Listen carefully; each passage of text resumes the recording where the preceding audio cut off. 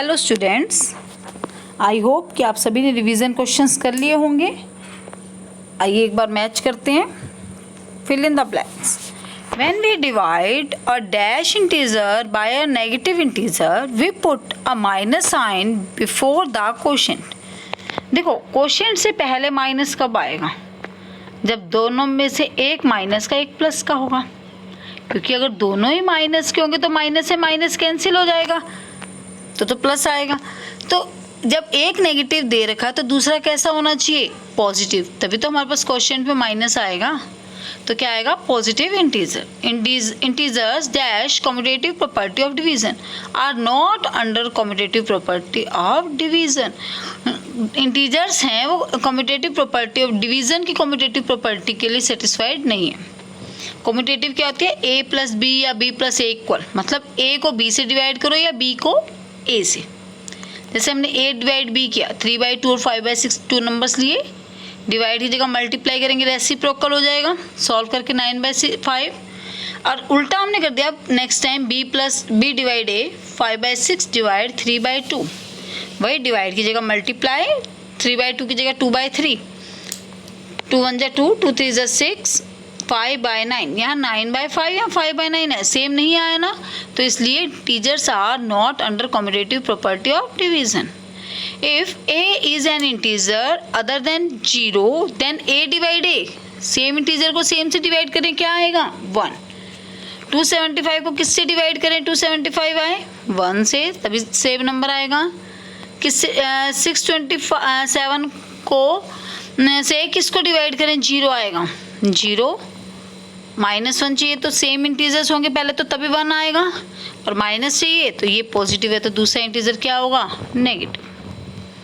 आगे देखो, 0 डिवाइड -9, मतलब 0/-9। 0 के बारे में कुछ भी करेंगे, आंसर क्या आएगा? 0। ट्रू। -49/-7, माइनस से माइनस कैंसिल, 7 7 जा 49। माइनस से माइनस कैंसिल हो जाएगा, +7 बचेंगे, लेकिन इसने क्या दे रखा है? -7। Then it is false. -6 divided by 0, इसने इक्वल टू में कुछ नहीं दिया, लेकिन अगर फिलअप्स में ये आ जाए तो हम क्या लिखेंगे इसको? नॉट डिफाइंड, क्योंकि division bye 0 is not defined. 20 divide -5, 20/-5 करेंगे, 5 4 जा 20, ±-4। उसके बाद है right 5 pair of integers A and A B such that a divide b is equal to -5। One such pair is 10 -2, because 10 divide -2 क्या आएगा? -5। तो आपको ऐसे पेयर लिखने जिनको डिवाइड करें -5 आए, तो सबकी 5 की टेबल लिख लो। 3 5 जा 15, एक माइनस का लोगे, एक प्लस का, तभी आंसर में माइनस आएगा। चाहिए माइनस का ले लो, ये प्लस, -15 डिवाइड 3 भी लिख सकते हो आप, और 15 डिवाइड -3 भी। उसके बाद है 20 डिवाइड -4, 25 डिवाइड -4, 30 डिवाइड 6 5 जा 30, 5 5 जा 25, 4 5 जा 20, 7 5 जा 35। तो सब 5 की टेबल से जा रहे हैं, 5 आएगा डिवाइड करने पर। Clear? In A class test +5 marks are given for every correct answer and -5 marks are given for every incorrect answer.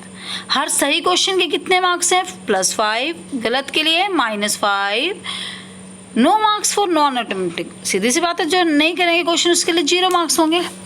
अब देखो, मार्क्स वाले 2 टाइप के क्वेश्चन थे। एक आपकी लास्ट एक्सरसाइज थी, उसमें मार्क्स वाला क्वेश्चन था, इसमें भी मार्क्स का, लेकिन दोनों में अलग अलग है। एक में उसमें सिर्फ मल्टीप्लाई था, इसमें डिवाइड। कैसे पता चलेगा? उसमें आपको टोटल स्कोर फाइंड करना था, करेक्ट इनकरेक्ट का।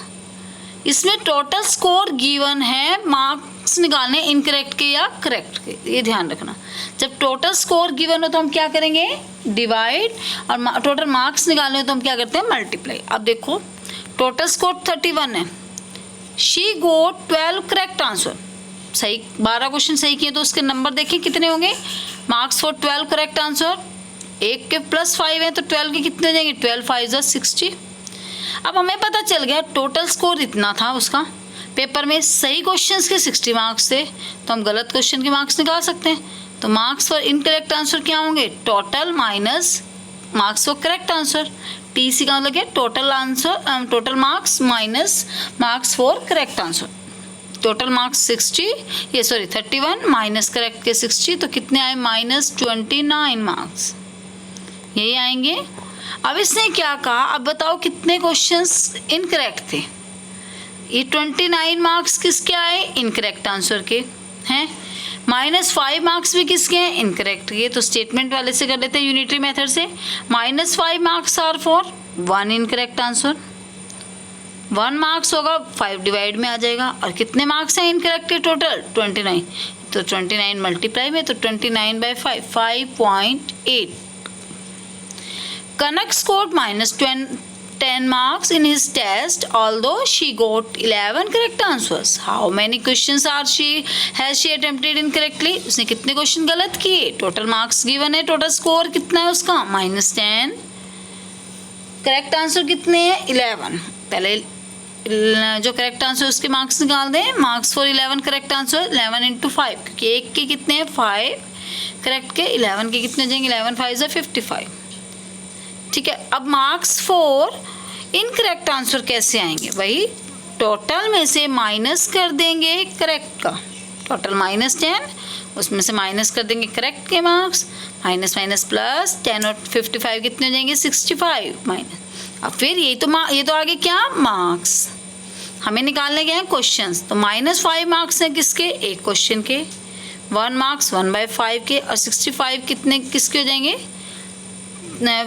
13 5 = 65। 13 incorrect answers. Clear. Temperature at noon was 20 degree Celsius above zero. Above zero means positive. If it decrease at the rate of 3 degree Celsius per hour until midnight, at what time would the temperature be 8 degree Celsius below zero? किस time पे 0 से 8 degree below, मतलब -8 होगा, ये बताना है। और what would be the temperature at midnight? और midnight दोपहर में कितना होगा, सॉरी रात में कितना होगा, दोपहर 12 बजे कितना है, 20।